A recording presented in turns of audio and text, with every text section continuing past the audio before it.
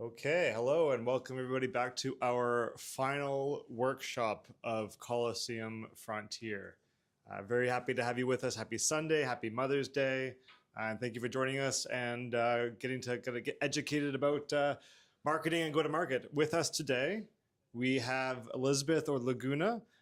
She is the ecosystem marketing lead at the Solana Foundation. So we're very happy to have her with us today and just take it away. Sounds great. I don't need your mic. I have a mic. Cool. I'm very excited for this. We're going to chat a little bit about how to go to market as a new team. If you are following along at home and you end up with questions, feel free to DM me. If you're following around in person, feel free to interrupt and we can go on a side quest. Those are my favorites. I'm Elizabeth or Laguna. I lead ecosystem marketing at Solana Foundation. Before that, I worked with a number of different Solana teams on their go-to-market. Also, as part of my role, I see a lot of teams launching a lot of really cool and exciting things. And so these are just going to be a couple of tips that we've learned along the way. And I will take my next slide, pretty please. Okay, so let's start off at the beginning. Absolutely every single person I talk to is looking for amplification. It doesn't matter if you're a small team or a large team, you want more and more amplification and distribution, and that is absolutely reasonable. But my number one recommendation to the majority of teams is when you send me something and I can't understand it, chances are most of your audience can't understand it either. And so my number one recommendation to new teams is spend most of your time thinking about what your core message is going to be, and then the rest of your time thinking about how you're going to amplify and distribute that. Because if you amplify gibberish, it's going to stay gibberish. And our friend Claude and Codex, not very good at reducing the gibberish. So next slide, pretty please. Really and truly, this comes down to kind of 3 buckets of work. The first is figuring out what your 3 to 5 word anchor is going to be. Oftentimes, this looks like a category. You could be an Airbnb for agents, or you could be a prediction market aggregator, or you might be doing something that is completely new and you have to create a category. But picking that out and figuring out exactly what your product does in that context is going to be the most important thing you can do. Don't let AI do this. Always do this yourself. If you can't figure it out in your team, go to your investors or go to early users and ask them for their best ideas. Because once you have that, everything else starts to flow from there. If you're building a prediction market aggregator, is it for traders or are you selling B2B? If you're selling B2B, everything else about your marketing is going to look very different than if you're trying to find high net worth traders who are already trading prediction markets. And so then once you have that, take it, write a longer description. You'll need sort of the 1 tweet description of your product 1 million times. And so spend a ton of time there, making sure that it's clear what you're doing, why it matters, what it's for. And ideally, focus on the outcome and not the technology. If you're a super technical team, this gets a bit murky, but generally speaking, you want to be able to say, we're faster, we're cheaper, we have a better UX, we're the first of our kind. We make this easier for businesses to integrate with, or maybe we have better pricing. All of those sorts of outcomes are going to make your product a lot clearer. And then as you start to do this, it can be really tempting to just plug in absolutely everything. Like I just listed, you're faster, you're cheaper, you have sub-second transactions. But generally speaking, especially as a new team, 1 idea at a time. Focus, pick one, shape it out really well versus trying to say 5 or 6 things in the first tweet. And we see that a ton. I see that a ton in new launches. You'll get that first tweet will be trying to lift absolutely everything versus hitting that 1 key point and then letting your audience kind of fill out the gaps from there. 2 paths to growth, virality or consistency. Depending on who you talk to, you could go either way. I am a consistency maxi. I am not particularly excited by going viral. But I will give the counter argument for that. Many AI teams in the last couple of months have had outsized impact by personal or brand tweets going viral. Just opens up so many doors for you. It's also a good way to start thinking about and playing with your audience. Most of the time, to get to virality, you need to start building out that community. You need to start building out that consistency. But for my perspective, at least, especially as an early stage team, building that foundational consistency is going to help you much more than like hoping for a viral tweet each and every time. I think of this in three ways. There's content, there's amplification, and there's distribution. The thing you make, the fuel, that all those pieces that you want to build out, they're going to have your message, they're going to be required for everything else. And then you have amplification. Who can help you reinforce your message? Super Team Canada can help you reinforce your message. People you meet at the Super Team office can help. Early users, investors, fans. And then the last but not least, how do you distribute that content? The engine side of the house. That could look like a newsletter. That could look like a Twitter account. That could look like every channel you pass through, and some new channels like group chats and other ways of distributing your message. This graphic is the most beautiful generated AI, but I think of distribution as layers, and oftentimes people try to come to foundation or they try to come to partners, and they're really looking for ecosystem amplification, or they're starting to pick up KOLs. The challenge with both of these is if you haven't started at the bottom and you haven't written content for a founder or your personal account, or you haven't filled out your brand social accounts, most of the work that you're going to be asking for from an ecosystem partner or even a KOL is not going to get the reach you need. And so thinking about absolutely focusing most of your effort on 1 and 2, and then thinking about these other aspects of growth as ways you can just add a little bit of fuel to an already good fire. Content is your primary distribution. My number one recommendation is way down here, which is if you have content in your Google Drive, it is not getting any views at all. Ship it. Ship it if it is good enough. Ship it if it is an experiment.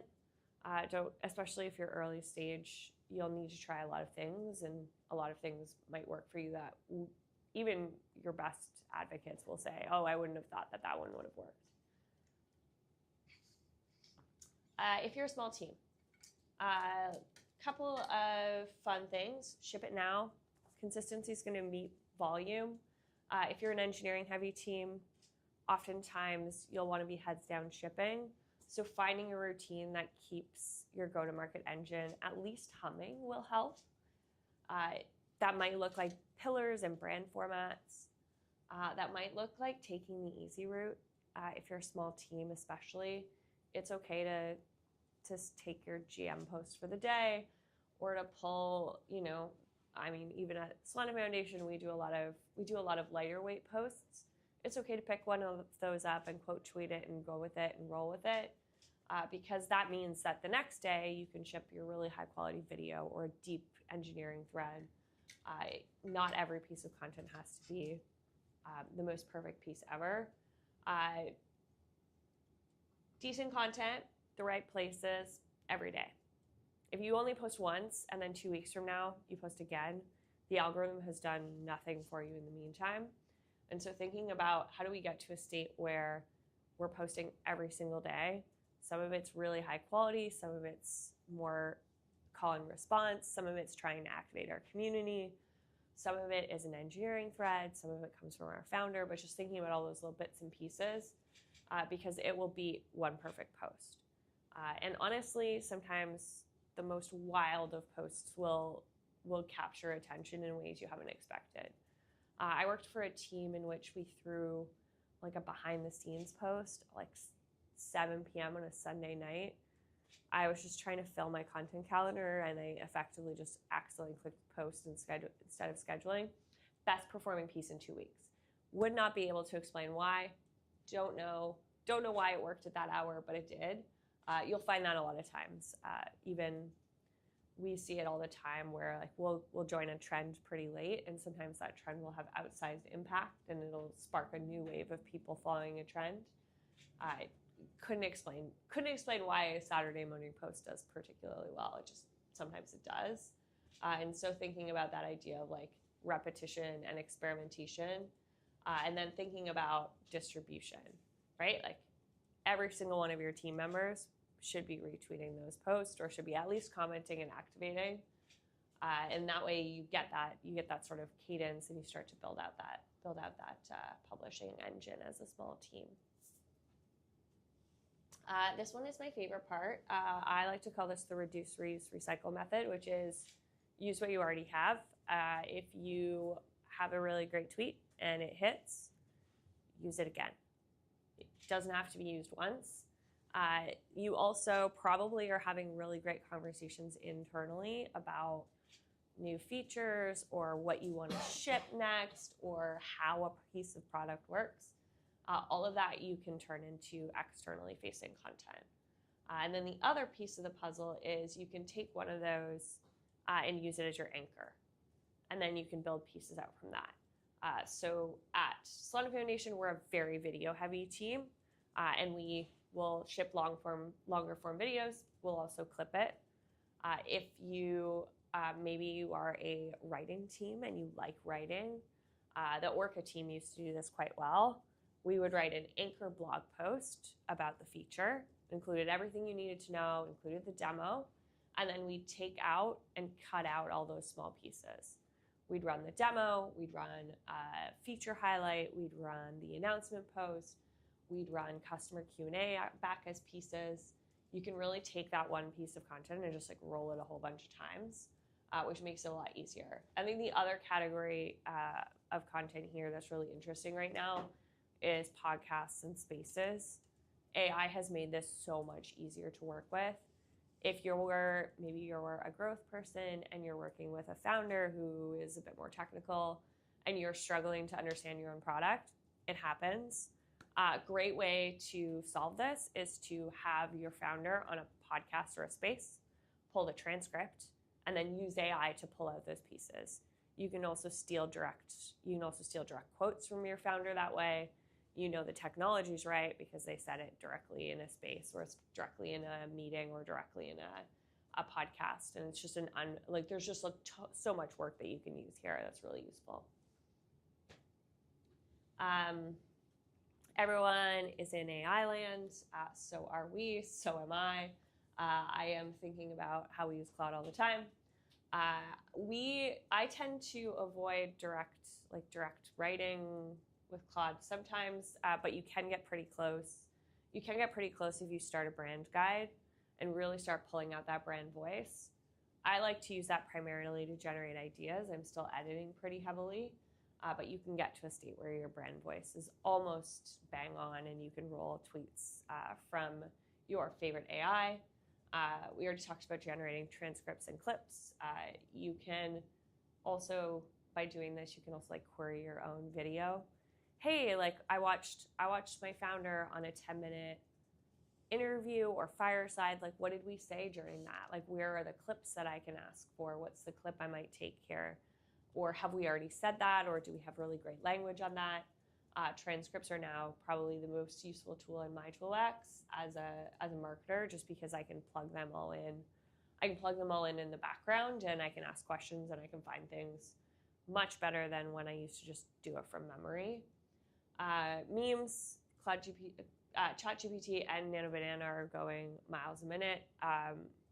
You can do everything from copying an existing trend, like the rough sketch it tweet, or you can go down the like what I call slot maxing videos, or you can go into high-end video generation. There's just so much possibility there. I think the best advice I have on this, if you are trying to find space for this, is to do things that bore you using AI, but leave the room for creativity for yourself, right? Like spend the time storyboarding as a team or coming up with a wild idea, send the like cross-partner logo posts that all kind of sound the same, send all that to the AI just because you know you're gonna need to get them done and they have to be dealt with. but keep the stuff that's really great for yourself. The other thing I'll say about this is that if you haven't seen it yet, the nature of everyone using the same AI tooling is that everything starts to look the same. And so thinking about spending that creative time to like find something new, because otherwise you end up with the exact same video as everyone else, which is it opens with word by word text, and then it shows your screen, and then it zooms in, and then it zooms out, and then the action happens. And you've seen this demo before, and you've seen this 100 times. And so thinking about like what does it look like for our piece to be slightly different is super important, especially if you're trying to find that virality or that amplification on the timeline. This is an example of what you can do with your demo pitch video. You have a perfectly functional, high-quality piece of content sitting in your inbox that you are submitting to Coliseum. You have a full demo day pitch. First and foremost, unless there's investment information that you need to take out, you should post the demo. Post that to your socials, absolutely showcase that. Next option is do a founder quote tweet. What'd you learn along the way? Is this your first demo? Maybe there's a really great explainer that you want to say, hey, like we started this company because XYZ, and here's the problem we're trying to solve. It makes a great quote tweet because you have a nice video piece underneath. You can also repurpose the same content again a week later or 2 weeks later, maybe with a different caption. You can take it and just repurpose it. And if Super Team Canada, for example, clips your content, definitely retweet it, definitely engage with that post, but you can also steal their content and repurpose it as well. Same with podcasts, same with spaces. And then last but not least, think about clipping a new portion of that out. You have a full demo, maybe you want to take a portion about metrics. You want to just clip that, you want to use that as your own piece of content. Great way to kind of pull out the same piece over and over again, right? We have one 5-minute video, and now we have 5, maybe 6, maybe 10 pieces of content we can plug out from there. And do that I think that's probably the most useful thing if you're a small marketing team, is just really using what you have. You are probably not in the state where you're creating a new video every day. So you repurpose what you already have, right? Get the most mileage out of the pieces that you're working with, especially if you're going down the path of paying for an agency to create a big piece of content for you. You want to be thinking about how to take all these bits and pieces and bobs and put them together in new and exciting ways. Okay, this one is all about amplification. So my role at Solana Foundation is effectively amplification and distribution. As you are a team that starts getting traction, you will likely want to come and ask for a retweet or a quote tweet, or maybe even something more complex. So do partners like DFlow or Jupiter or Meteora, anyone you're working with along the way. The key to doing this well is to make it extremely easy for your partner to do what you want them to do.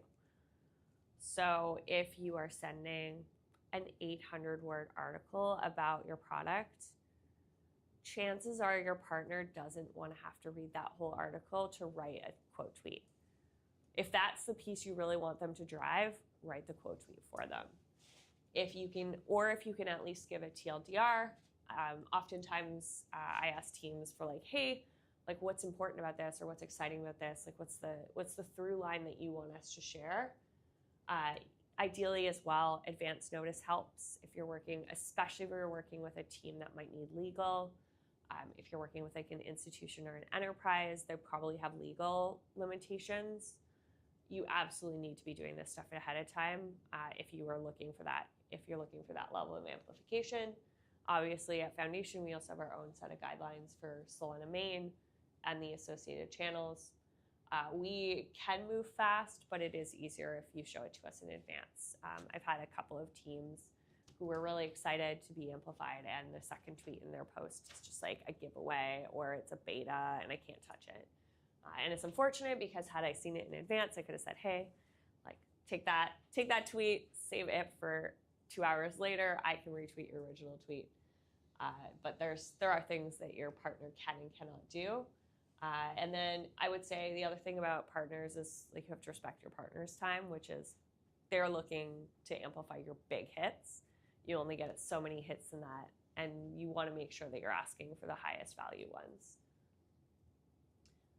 This is probably my favorite recent iteration that I have seen teams been doing.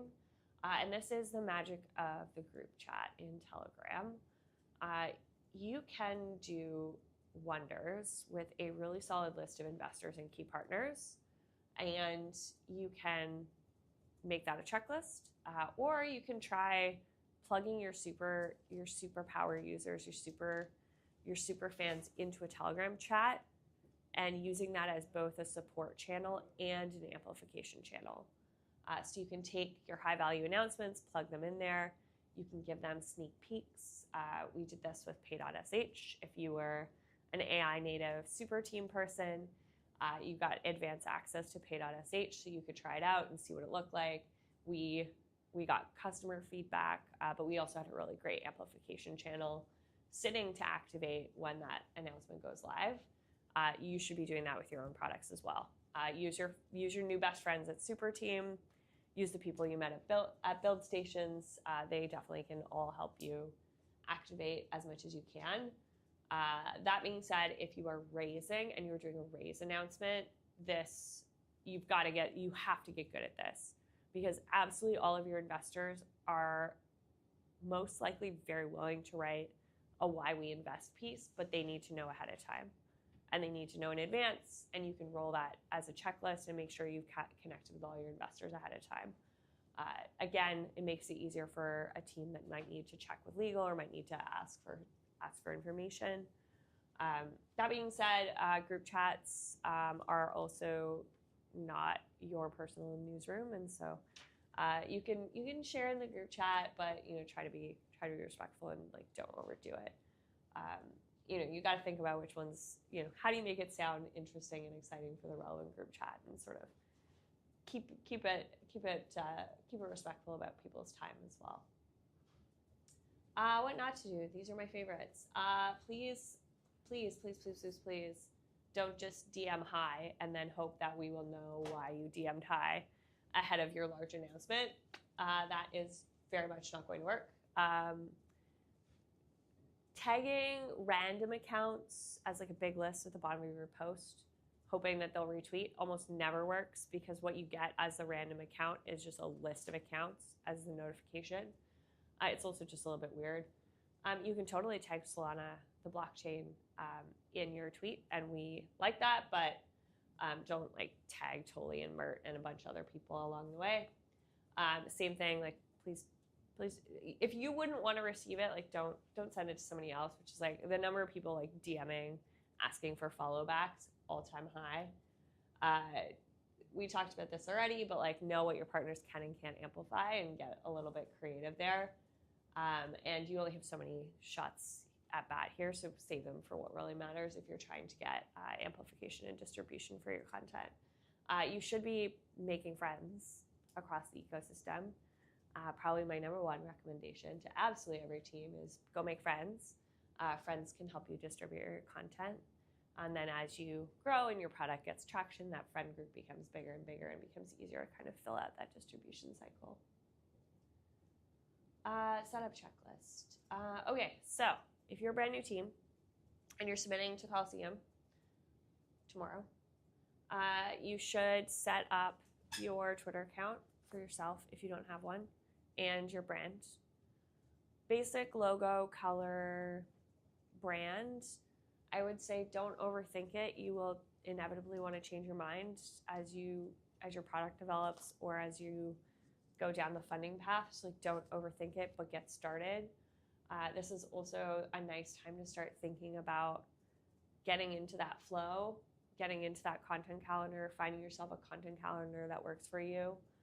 I have also suggested to a number of people, and I quite like this, is find somebody who tweets slightly more than you would, turn notifications on for them, and tweet when they tweet. I would not recommend picking somebody who tweets 7,000 times a day, but if you pick someone who tweets probably once or twice a week, you can use them to remind you to tweet. It's also a really great way to get like faster at responses if you're trying to be like a more responsive thematic team. It's like Reply Guy, but not because you're building content on your own channel. But you could do reply for their tweet and then tweet your own unique tweet, and then create that Telegram group with your key supporters. Absolutely, the most useful thing that I've seen recent teams just do super well with. If you happen to be in one of those groups, they're gathering feedback, they're finding new people who might want to angel invest. It's just an unprecedented way to go to market. And I think group chats really are the new core timeline at this point in time. And so thinking about that strategically as best as you can. I think that is my last slide. I would love to open the floor to anyone who might have any questions about go-to-market or about marketing, and I'm happy to answer any and all of your questions. Yes. Most people in social media is having engagement. Hold on, sorry. Can we do the, is this up there? It's still green. Okay. Actually, the most painful thing for social media is for me to have engagement with other accounts because it's really time consuming. How do you think we can resolve it? Should we hire a social media manager or use AI to handle that, because it's possible in these days to handle this with AI? Yeah, I guess there's a couple of things you can do. I think you can spend a lot of time replying to other people's accounts and get little or no results, or you can get a lot of outside results. I think there's 3 things that I would do. One is time box it out. Just decide how long you're willing to spend on that task and prioritize doing it as best as you can. I think the second is figure out how to make AI your partner in crime there. I wouldn't outsource completely to AI because it looks and sounds like AI, and what ends up happening is your partner account mutes your regular account. Yeah. AI is not quite there yet on being a human, and you do want to be a human. I think the other component here is prioritize being a human over doing a lot of it. You're better to have those you're better to reply to people who are using your product than go and reply to like the MoonPay account. You might get lucky and you might get a viral reply to the MoonPay account, but you're much more likely to find a super fan by answering your partner's questions or answering a user's questions on the timeline than you are to just like find virality elsewhere. You can hire a social media manager. You will at some point need one. And then, of course, thinking about like, what you want that person to do and what that content creation looks like, and making sure that, back to the idea of like really honing down your messaging, you absolutely need really strong messaging before you hire somebody to try to run your account. Otherwise, that person won't know what to tweet and won't know what they can and can't comment on. And just especially if you're a more technical product, just know that hiring a social media manager is probably going to be more work for that first month while you onboard somebody, because you need to teach them everything that's baked in the back of your head, or everything that you're talking in an engineering scrum meeting that your social media doesn't have access to. And just know that it's going to be a lot more work than you think it is at the beginning. And it takes them time to get on board. Thank you. I would love to ask, what kind of content you would recommend? Go for video content or go for like a mixed content? What would be the best strategy for that? I am a fan of experimentation. I think that depending on the team, you will find the content pieces that work for you. Video is performing very well. Human-forward content in particular is performing very well. I think the flavor of that's lower effort is talking head videos. Those are doing extremely well on Twitter. Okay. It's definitely like a flavor over from Instagram. But I've also seen teams do very well with like long form technical articles or longer like explainer content that covers their section of the industry. It's really just, it's unfortunate, but it depends on the team. It depends on the content. It also depends on what type of content you like doing. If you're early on, prioritize your own joy. get content that you like building, get to a really consistent model, and then you can go and double down on what's working or what's not working. You can try stuff that's hard for you, but I mean, especially if you're early in the process, like if talking head videos make you happy and you can ship them consistently, that consistency will help you much more than one high-powered video a week because you're much more of a text-based person. And one more thing, like, what do you suggest about the UGC content that's blowing up, like with AI, video, and like image generation? Like, what's your like take on that? Yeah, I think the AI generated content is such an interesting space right now. There's a team who demoed at Mountain Dow that has been killing it on TikTok and Instagram using UGC content that's like mostly automated. There are also teams who are shipping like what I like to call like slot maxing videos where it's just like pure AI slop. Some of that works well. Sometimes it doesn't. You can't use any of these things as your only option. And so you've got to find the balance that mixes for you. I think there's a ton more opportunity though in video content on Twitter at the moment. Okay. Nikita's just pushing it so heavily, prioritizing original content as opposed to stealing from other people. Live streams are huge. There's lots of new features coming that way. So I think if you do have the capacity as a team to dig into video, it's just such a nice high bandwidth spot. Okay. Thank you so much.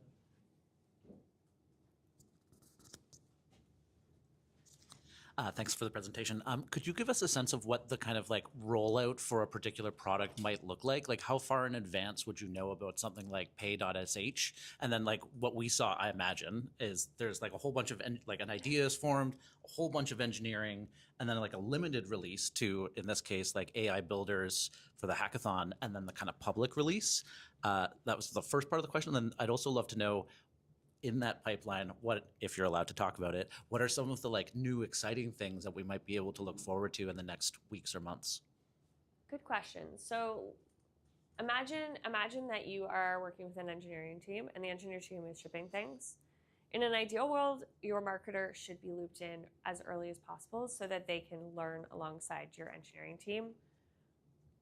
Oftentimes, I've worked with so many teams, oftentimes that doesn't necessarily happen. But once your product gets to like 80% complete, or maybe it's going to audits, that's the time where you need to get your marketing team in play, because otherwise what happens is you ship it and you're super excited about it and you say, hey, let's go to market, and you force your marketing team to scramble along the way. We were involved very early in the process on the marketing side, mostly because in that case we were working directly with the Google team, and that required a ton of back and forth on legal and compliance and how we were going to talk about the product, what the product looked like, etc. And then, of course, we built out each of those pieces that needs to go out. Our community activation strategy, our super team activation strategy, our strategy for ecosystem partners who are going to be launch partners, all of the graphics and videos that need to go with that. Obviously, this is a much larger announcement than you would see with a team, but the pieces are the same, right? You kind of pick out, you define what your core message is, you figure out what that audience is going to look like, and then you figure out which channels do we think we can get the most impact for. That one had a lot of channels and a lot of prep work. Then you get something where oftentimes on the Solana side, we almost always lead video first. There are often, like the video might be the key piece for us. We might only go with the video if it's a smaller release, or we might try to time out PR and press along the way. And you'll see that with teams that do launches very well, is that you can time out a place where your spokesperson might be speaking, and then the pieces that go out on a content side, and then you pull maybe some creators and KOLs and super fans, and then you pull up follow-up pieces. Maybe you have a call to action. How do you drive people past that call to action? And so in our case, We definitely, over the next couple of weeks, will be looking at a lot of API providers. So there'll be more content about API providers coming online.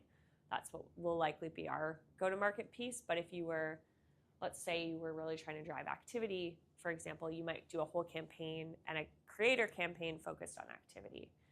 Depends on what your goal is and depends on the market. But that's typically what that looks like. Could look like a weekend, could look like several weeks. Your marketing team will appreciate more notice than before. The other thing I'll say is if you're a technical founder, usually you're done at some interesting time. It's okay to wait until Monday or Tuesday and do the marketing component right. The number of AI teams that we have that ship on like Thursday night at 7 p.m., you're probably better to wait till Friday morning to ship it because you'll have more attention. The sweet spot we've seen, again, you can break this rule and you can break it intelligently, is that like lunchtime East Coast time is about the best time to launch things. It's dinner time or late afternoon in in Europe. It's nighttime in Asia, but they're still awake. And then obviously East Coast and West Coast US are both online. That being said, I've seen teams launch things at all sorts of interesting times. And if you do it right, it shouldn't matter. But if you want to set yourself up for success, choosing the time in which people are online is probably a good start. Thank you. 2 more questions, but I also have questions. Excellent. We'll get to it. As somebody who's making content, what are the kind of tools, like I would love to know what you personally use in terms of tools and the flow of how your day looks like, and like how do you go about like planning your content calendar, and are there any specific tools that you specifically use to schedule these? Yeah, so great question. Love this question. And we get it all the time from teams. I spend the majority of my day in Telegram responding to all of the lovely people who are asking us to amplify their content. So we get a lot of inbound content requests, and that drives a lot of our calendar. We work really heavily with a number of video agencies for video content, of course. We're trying a variety of styles of video. We also have a meme account, and they're maximizing on the slot videos in a way that's fun and entertaining, and actually like the videos do very well. Then we've got, I usually use I'll use like a social media scheduling tool, just because you can work together with your team and see the content in advance. And if you're trying to plan content out in a more dedicated calendar, it can be easier for everyone to look at. Typefully is really solid. Buffer or Hootsuite are solid as well. You can schedule natively in LinkedIn, which honestly is where we do the bulk of our LinkedIn scheduling. You can also use something that's like more expensive, like Sprout Social. They come with like dedicated listening and monitoring tools. Then you get into like content creation tooling. Obviously, a lot of experimentation on the Claude side right now. We use Figma pretty aggressively. Canva is also pretty good if you can get into it. Or you can if you're a dedicated designer, don't ask me about design. You are clearly miles ahead. But that's what we use to get through those like shorter cut pieces. And then you can use ChatGPT or Nano Banana or Seedance. You can kind of pull a lot of really cool content that way as well. That's the tool stack as I see it.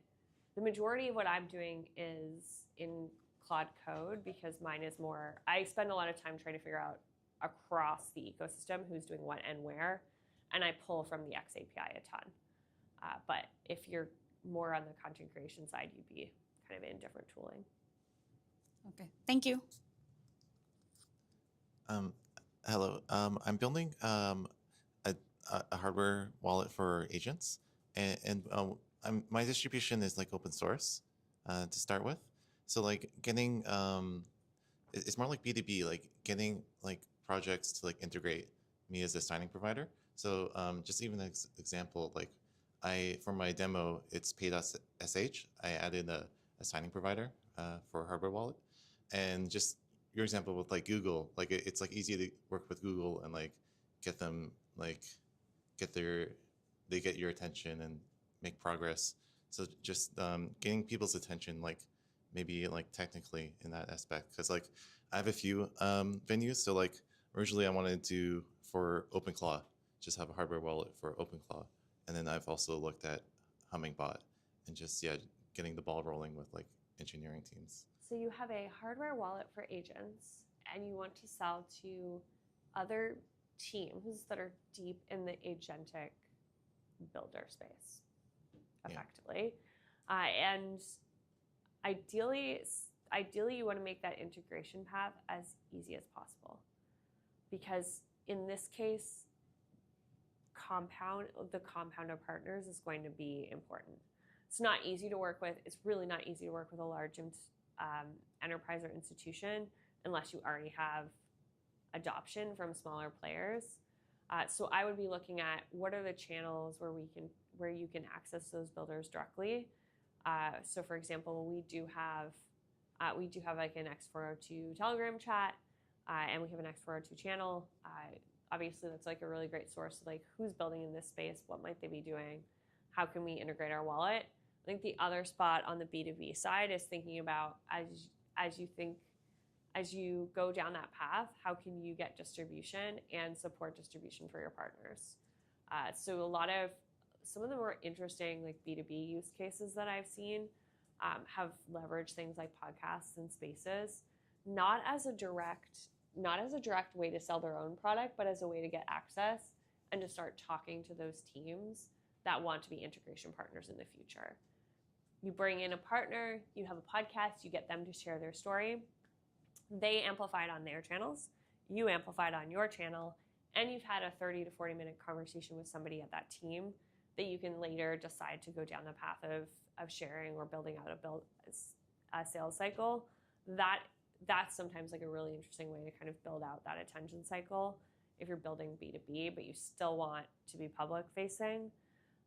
After a while, B2B is an interesting one because there's a point in time in which you get to enough success where the social media side becomes almost secondary. You get into enterprise dealing, you get into pitch decks, you get into one-pagers and case studies, and it's just a very different marketing model. But in the early stages, I think just finding ways for you to access those people and meet them online or in person is the key to kind of building that out, at least for the starting points. But it's a great question.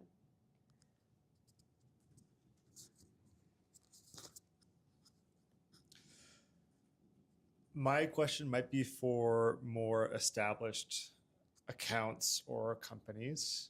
I've noticed over the past year or two, Solana has been creating a lot of like sub accounts or sub handles. I don't even know how many you guys are up to now. But I was wondering what was maybe the approach or rationale behind doing that and different pros and cons to doing that. And would you recommend any super teams also create sub accounts for specific verticals of services that they might offer? That is a great question. We have main, devs, foundation, tokens, payments, X402, AI. We're at 7 plus LinkedIn. And hacker houses. And hacker houses and events. And Okay, events so 9. There's a lot of options. For Solana Foundation, the rationale there is ultimately it's a combination of volume and audience. Fortunately, everyone in the Solana Foundation, everyone in the Solana ecosystem is shipping at an immense rate, and there are a lot more teams. We hit essentially the maximum capacity of retweet we could do before our account just wasn't usable anymore. And practically speaking, we needed to be able to talk to more than one audience. We wanted to be able to have accounts where we could be a little bit more LinkedIn adjacent, like capital markets and payments.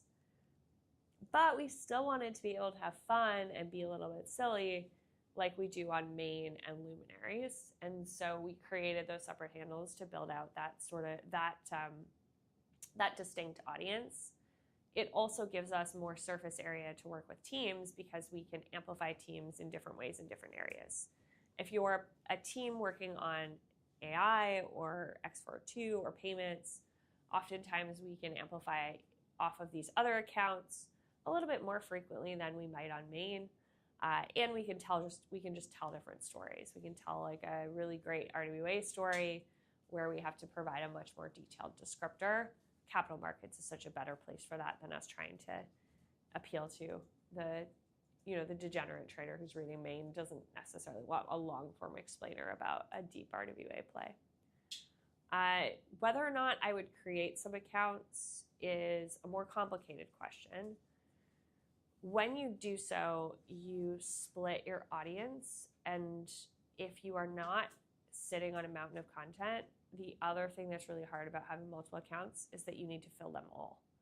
And so if you're struggling to fill one account now, I wouldn't recommend creating another one because you just double the amount of surface area that you need, and the algorithm rewards consistency and frequency. And so you need to be able to fill a new account. If there's a truly separate audience, sometimes it's worthwhile. It's the same question about should we spend all our time on crypto Twitter or should we go to LinkedIn or Instagram, right? I think like we've got such a backlog of really great video and photo content. Instagram's such a great way for Super Team Canada to kind of get out in the Toronto and Vancouver and out in the local world and experiment with like showcasing founders in that space. But it's a trade-off that you have to make, and it's a trade-off that continues. We have a lot of them, and we're, I would say like definitely teams are now asking like, hey, like what does it look like to get onto this account versus this account? What's it for? Who's it? And then you discover that we have 3 or 4 more that we forgot about. And so, yeah, it's a trade-off that we made intentionally and that we're experimenting with. Cool. Another question, if nobody else wants to go yet. You talk a lot about like founder first content as well, founder forward content, or even just like a personal brand and kind of being active yourself on your social platforms. As the ecosystem marketing lead yourself, you have your own socials as well and your own kind of brand behind you. You've been very active for many years. How do you balance all of your activities in the timelines and deal with like social fatigue? I am a chronically online social media person, and I have too many handles to make content for. When I said do what content brings you joy, the reason I said that is because doing content that's really hard for you is not going to make your life easy. Doing content that you find enjoyable and exciting and interesting is much easier than trying to do the hard work. And so I, for my personal content, have always been somebody who likes to cheerlead. That is absolutely what I like to do best. I love being able to just go and congratulate people on their launch or be really excited. And so oftentimes that is the minimum amount of content that I will do in a day or a week. I'll just go on the timeline, I'll spend 10 minutes, I'll just congratulate a bunch of people, and then I'll continue on with my day. You probably won't see video content from me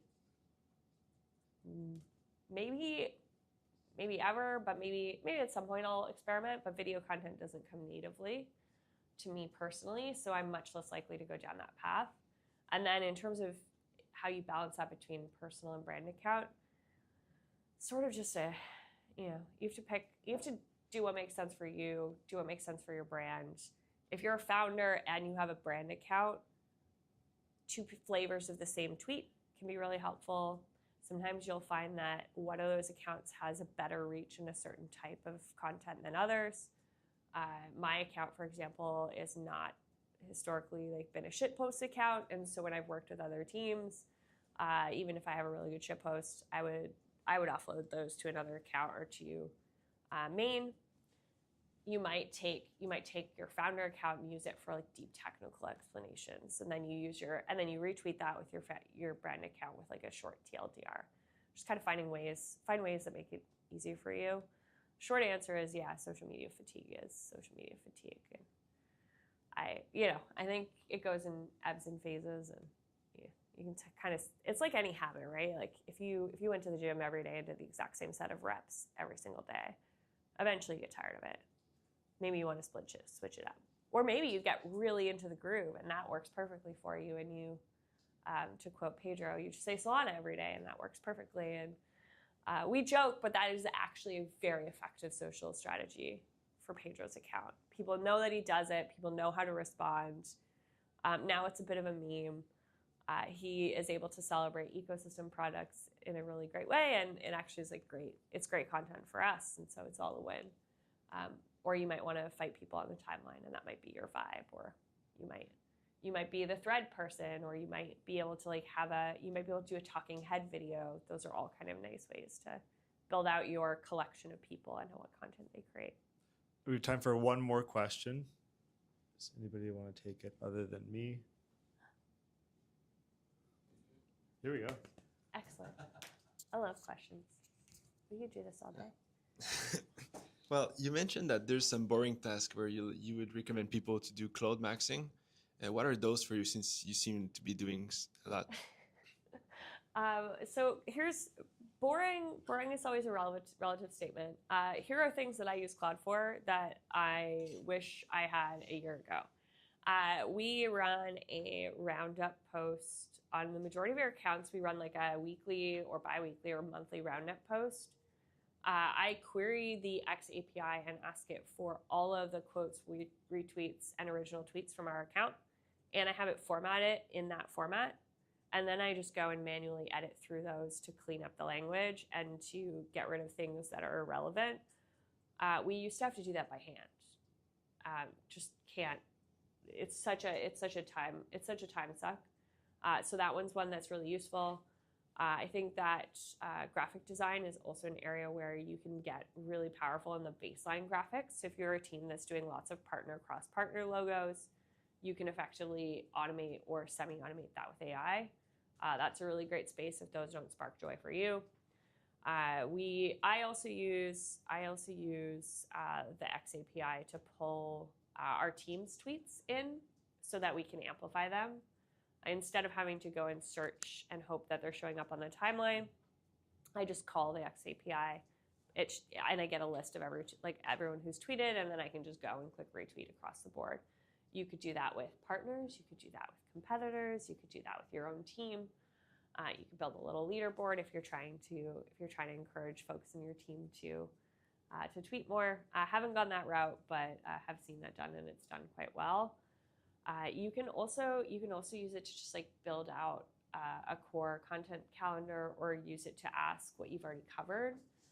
The SEO side for long form, Claude is actually quite good at articulating meta description, SEO, areas of your content stack that are lacking that you might want to write a new post. All things that you can kind of automate and pull away in the boring task category. Thank you.